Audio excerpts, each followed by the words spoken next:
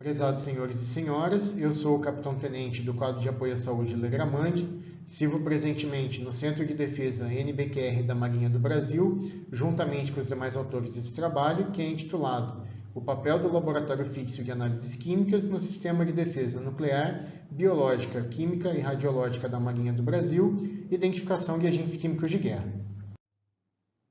Inicialmente, eu gostaria de trazer para os senhores uma rápida visão sobre o Sistema de Defesa NBQR da Marinha do Brasil, que é coordenado pelo Comando Geral do Corpo de Fuzileiros Navais. Dentre os seus objetivos está o de responder a emergências de natureza NBQR. Tal sistema é dividido em 5 níveis, sendo que o primeiro nível está relacionado à prevenção, em que cada organização militar da Marinha possui um militar especialista em defesa NBQR, com a função de assessorar o seu comandante em atendimento a qualquer emergência que ocorra ali nas imediações. Também nesse nível está a capacitação de novos especialistas que vão compor aí os demais níveis do sistema. O segundo nível ele é materializado pelas equipes de resposta NBQR em cada distrito naval, que tem como função realizar a detecção, identificação e descontaminação em todo o território nacional de uma maneira rápida. Quando a emergência extrapola a capacidade de atuação dessas equipes de resposta, é acionado então o terceiro nível, que é composto pelo Batalhão de Defesa NBQR, localizado na cidade de São Gonçalo, no Rio de Janeiro.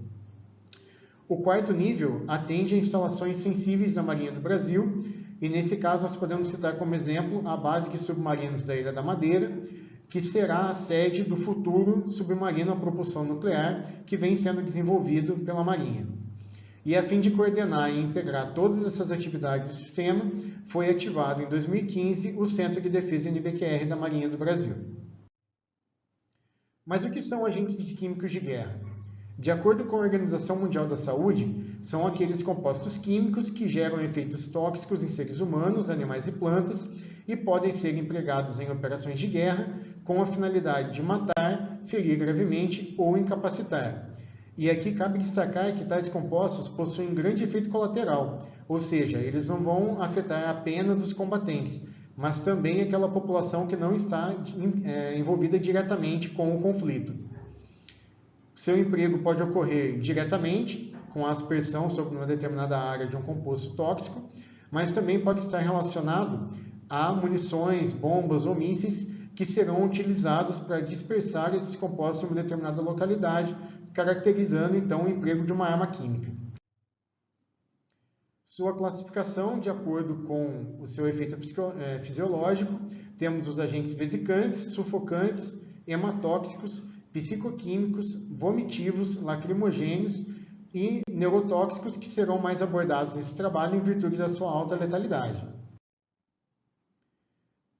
Os agentes neurotóxicos são fundamentalmente organofosforados, sendo que os primeiros a serem desenvolvidos foram os agentes da classe G, Tabum, Sarin e Soman.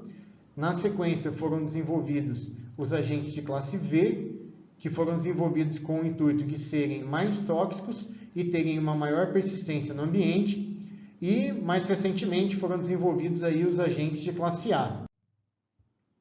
Os agentes de classe A, também conhecidos como Novichok, foram desenvolvidos pela antiga União Soviética durante um programa ultra-secreto denominado Foliant, que ocorreu entre os anos de 1973 a 1976, que tinha como objetivo a produção de compostos químicos que não fossem detectáveis pelas tecnologias utilizadas pelos países componentes da OTAN, fossem capazes de penetrar no corpo do inimigo, independentemente de quais medidas de proteção fossem adotadas, tivessem uma armazenagem mais segura e não fossem listados à época como compostos químicos de guerra. Ganharam uma notoriedade maior depois do ano de 2018, em que houve a tentativa de assassinato de um ex-espião russo chamado Sergei Skripal na cidade de Salisbury, no Reino Unido. E suas estruturas químicas nunca foram publicadas oficialmente na literatura, porém existem algumas estruturas que já foram cogitadas como sendo desses agentes de classe A, que estão aqui expostas. Os compostos de classe A são extremamente tóxicos, chegando a ser 10 vezes mais tóxicos do que o VX. São compostos organofosforados que contêm o grupo de haloformamida E o seu armazenamento ele é mais seguro, já que ele é armazenado na forma de munições binárias, ou seja, haviam precursores desses agentes que são armazenados em munições distintas e a síntese do composto propriamente dito, do composto tóxico, ela ocorre apenas no momento do emprego. E aí sim a gente tem a produção de um composto tóxico apenas nesse momento. Seu mecanismo de ação decorre da inativação da enzima acetilcolinesterase, que é responsável por modular a transmissão do impulso nervoso no sistema nervoso. Então, essa enzima ela tem o papel de degradar a acetilcolina na fenda sináptica e quando a acetilcolinesterase ela está inativada, há o acúmulo desse neurotransmissor na fenda sináptica, gerando um aumento na neurotransmissão. Esse aumento na neurotransmissão leva ao envenenamento, que produz sintomas muscarínicos, nicotínicos e efeitos no sistema nervoso central, e a penetração no organismo pode ocorrer tanto pela via respiratória, pelo trato gastrointestinal e também pela pele, inclusive pela pele íntegra. Então, quando será realizada uma resposta e há suspeita do uso de um agente químico, o primeiro fator que deve ser levado em conta é a identificação desses agentes. Nós devemos saber com o que nós estamos lidando. E essa identificação ela pode ocorrer em 3 níveis. O primeiro nível é a identificação provisória, e essa identificação ela decorre do uso de detectores portáteis. Ela é bastante interessante na medida em que é uma identificação muito rápida, porém ela também pode levar a alta incidência de falsos positivos e falsos negativos. Por conta disso, há necessidade também em campo da identificação confirmada, e essa identificação é conseguida pelo uso de laboratórios móveis. Cabe destacar que a Marinha ela dispõe de um laboratório móvel de análise de agentes químicos e biológicos, e esse laboratório encontra-se atualmente aqui no Centro de Defesa NBQR da Marinha do Brasil.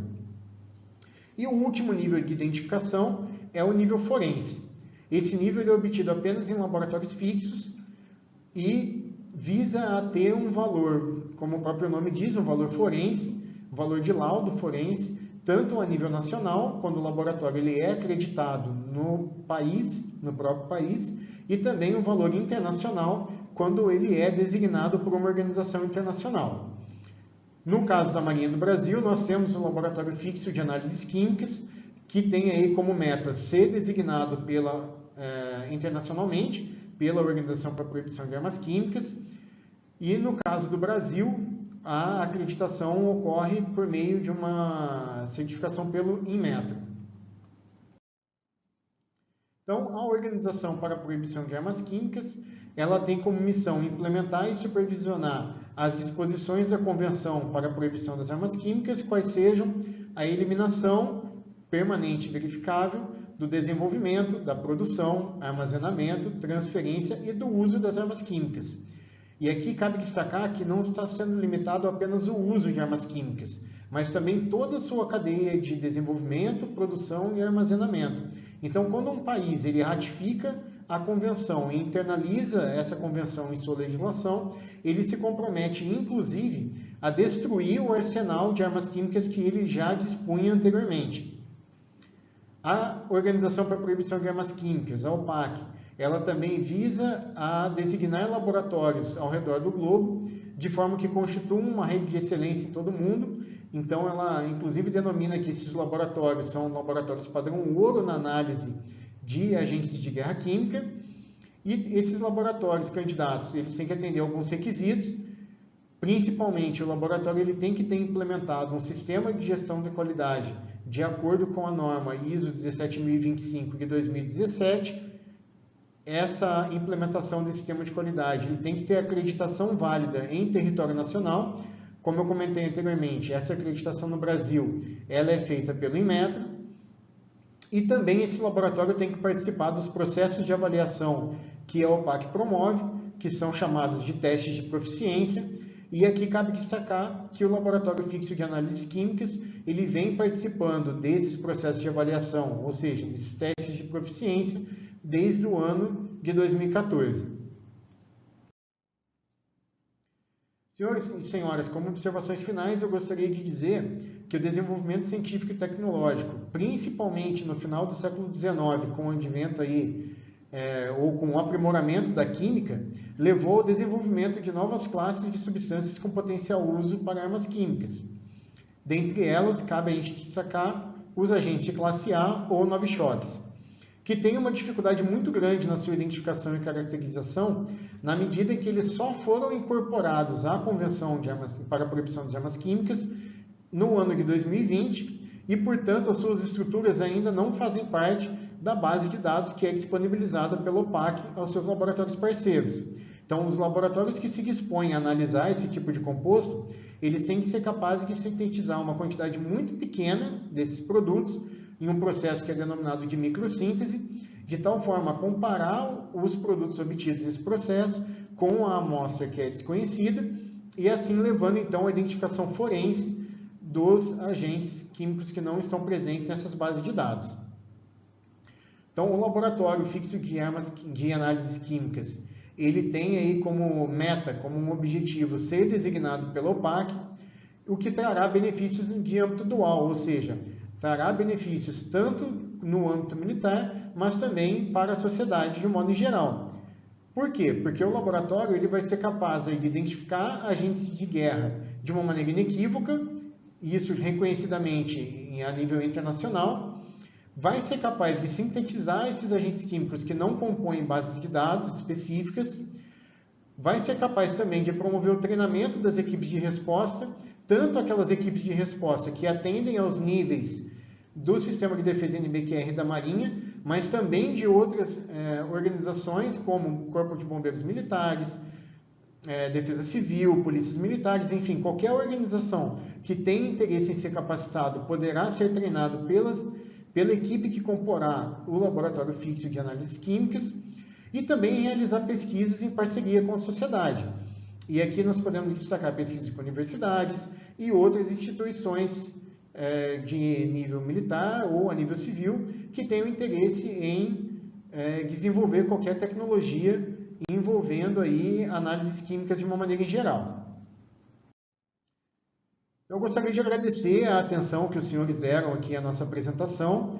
Convido-os a ler o nosso artigo completo, que foi submetido aqui ao nosso evento, e a gente se coloca à disposição para qualquer contato, qualquer dúvida ou qualquer interesse de parceria por meio do nosso telefone e do nosso e-mail aqui no Centro de Defesa NBQR da Marinha do Brasil.